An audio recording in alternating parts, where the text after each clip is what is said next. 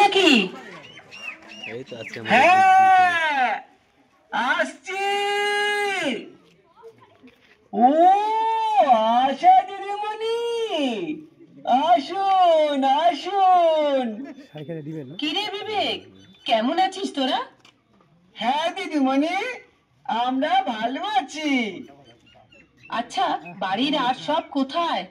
আরে গজানন কাকা, তুমি কেমন আছো? আর কি বলবো রে মা, এই পা নিয়ে হাঁটা চলা করতে খুব অসুবিধা হয়। এই রোগ যে কি করে হয় তা জানি না রে মা। জানো কাকা, এটা গোদ নামেই আমরা সবাই জানি।